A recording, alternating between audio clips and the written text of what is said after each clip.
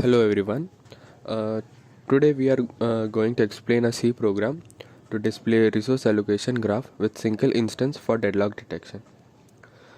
Creating a resource allocation graph with a single instance for deadlock detection typically involves representing the processes, resources, and their instances.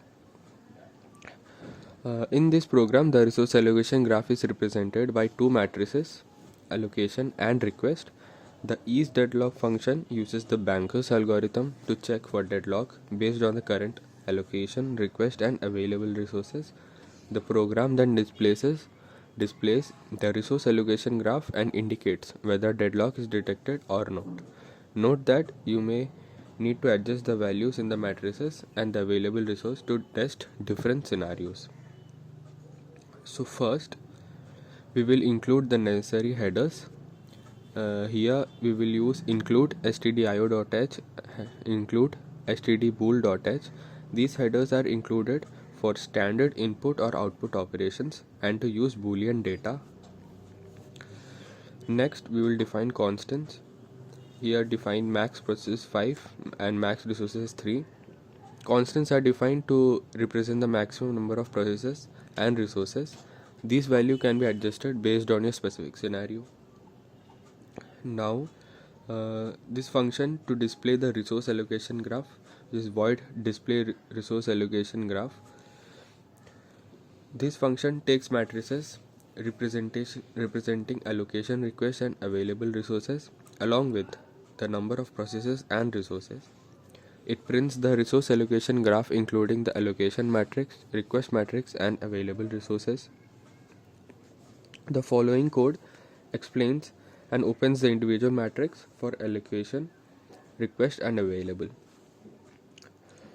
Now, this function is used to check for deadlock, which is bool isDeadlock. This function uses the banker's algorithm to check for deadlock. It takes the current allocation, request, and available resources matrices along with the number of processes and resources. It returns true if a deadlock is detected and false otherwise.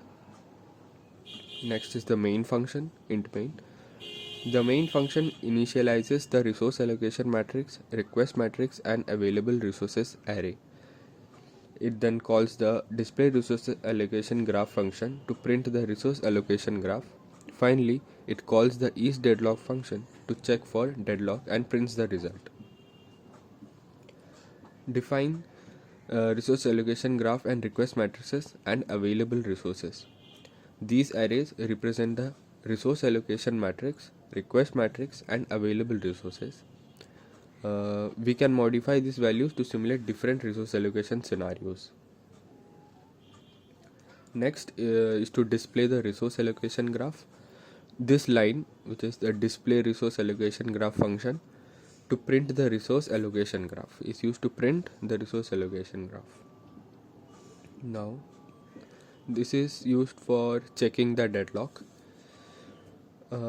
This block called isDeadlock function, as we explained in the starting, it is used for checking. isDeadlock function is used for checking the deadlock.